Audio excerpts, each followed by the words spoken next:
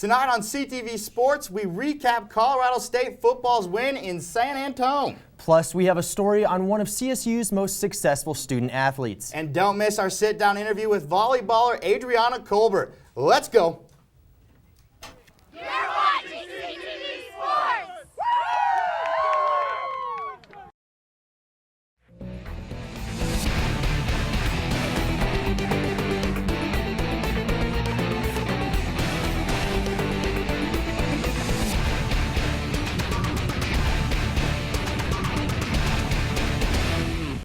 Hey, thanks for tuning in to tonight's CTV Sports. I'm Travis Green. And I'm Brett Kennedy. Trav, it was a pretty busy weekend for CSU athletics. It was. You got that right, Brett.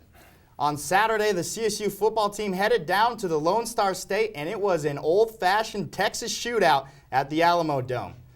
UTSA was the first team to get on the board here, with Jalen Rhodes running this one in for 13 yards, putting the Roadrunners up 7-0. That was the first touchdown CSU has allowed in the first quarter all season long. But CSU gets the ball back. Nick Stevens completes this pass to Xavier Williams down there in the corner for the touchdown, 34-yarder, tying the game up at 7-7. Hashtag open all day, Trav. Yep, CSU held the Roadrunners to a safety, and then UTSA got a field goal, but then they get this touchdown here, putting them up 7-9. And as you see here, Jason Oden Jr. had a great game for the Rams, finds the end zone here, bringing the Rams closer in this one. 144 yards for Oden in this one. Whew, impressive. Nick Stevens later in the third quarter hits Deontay Gaines in the corner, and that was a pretty ball right there, giving CSU the lead. Again, Trav, wide open. Wide open pass, and Rashard Higgins returned to his home state in Texas, and Hollywood was showing out. Look at that, touchdown, putting the Rams up 30-17. And I don't know if you knew this, Brett, but Hollywood's family was in attendance, and they were absolutely loving it. They Look are at that. pumped. Wow. 30-17, Rams up in this one. UTSA did not go down without a fight, though. Jarvian Williams runs this one for 13 yards, finds the end zone, bringing the game to 30-24, CSU leading. Later in this one, Wyatt Bryan gets a little redemption here after last week's performance.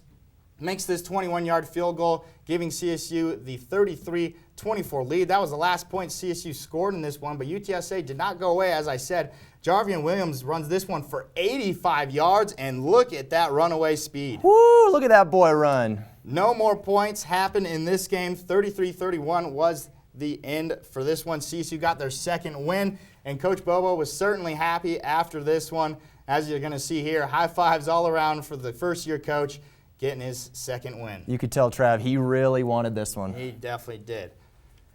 After the CSU W, it's time for our Players of the Week. Our Offensive Player of the Week has to go to Jason Oden Jr. He was balling out. 30 carries, 144 yards, and a touchdown.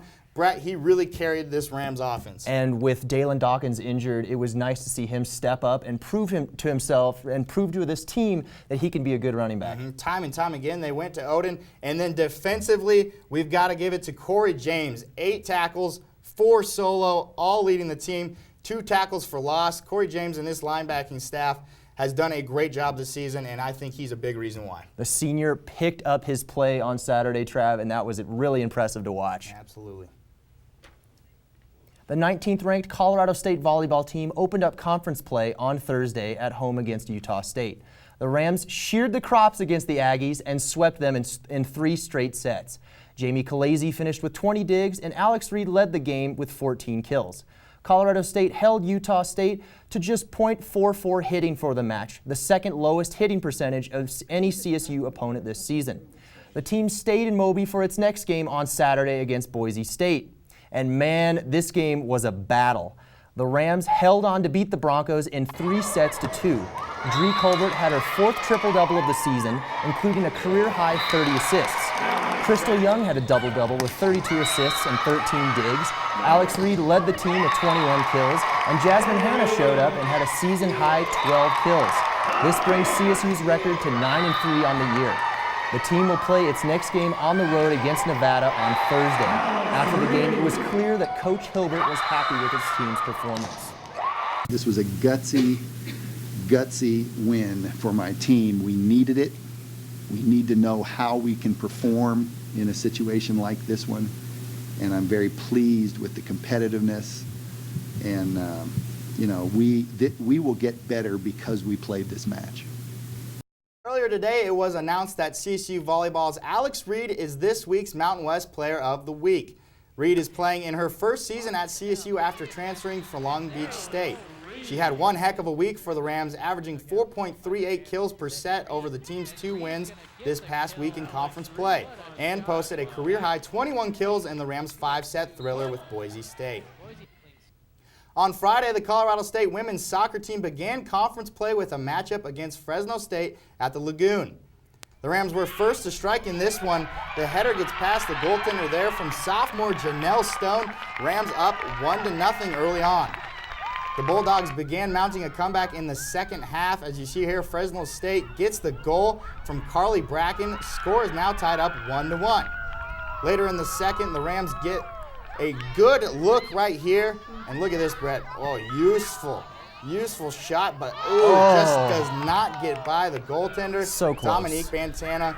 Now in the 78th minute, the Bulldogs find some nylon. Ashari Hines gets her first goal of the season. Fresno State up 2-1. The Rams did not go away with 20 seconds left. Stone right there with the goal. Megan Speed, with the goal. Tying this one up 2-2, went into overtime, but this one wound up ending in a draw 2-2. CSU's record moved to 3-5-2 on the season. The Colorado State women's soccer team played San Jose State in an orange-out game at home on Sunday. As you can see in these highlights, Trav, a pretty decent crowd showed up for the orange-out game. All oranged out. Against San Jose State, showing some team spirit. CSU goalie Jessie McGinley had a great start for these Rams. Look at that save, Trav. That was nice. San Jose State then got on the board by a goal by Darielle Franklin as it bounces right off the crossbar and into the goal.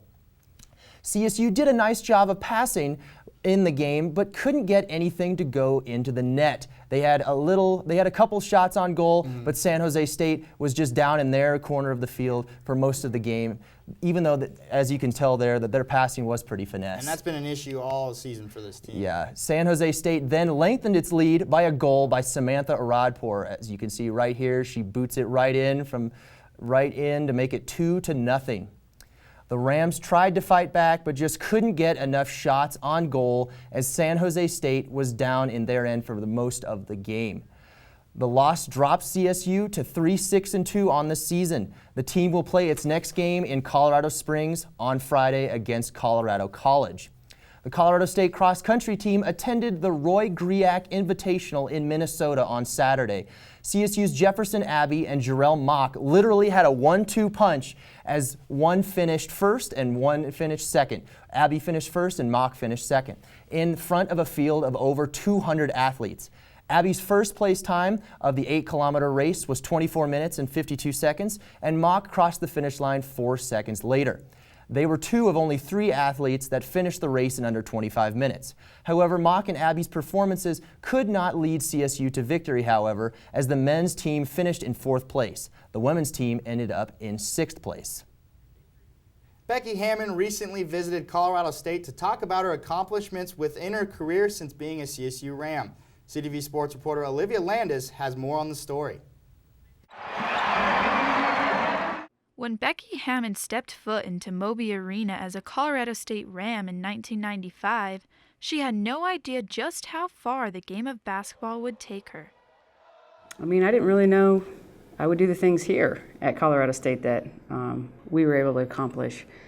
But, you know, I talked to the girls earlier and I just said how, you know, like I already lived my dream. Playing professionally, that was my dream growing up. Playing in the Olympics, that was my dream growing up.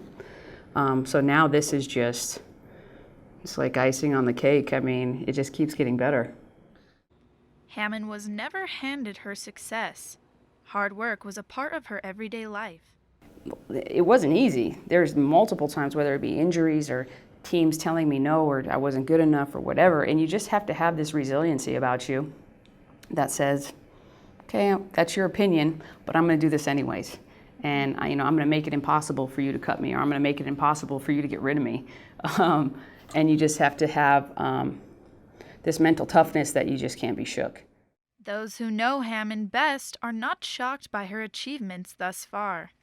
Am I surprised? No, because I mean, everyone has their path, and she talks about that, you know, be yourself, be your best you, and she's being her best her, and that should be what all of us do, is to be our best selves, and you never know how far it's gonna take you, you know, I mean, to be able to touch as many lives as you can, the way you're supposed to. Hammon's hard work has led her to the ultimate accomplishment, being the first female assistant coach in the NBA. Even now, you know, going into this, something that's never been done, you know, will I fail? Will I be successful? Like, and I think it goes back to the voices in your head. Like, you can do this, and you've been prepared. You've been preparing your whole life for this moment, and now you just got to go out and put in the work and be you. CTV Sports, Olivia Landis. Hammon spoke humbly of her position as the first female coach in the NBA and says she is looking forward to more seasons with the Spurs. Well, it's break time. It is, but don't go anywhere. We'll be right back with this week's sit-down interview with CSU volleyball star Adriana Colbert.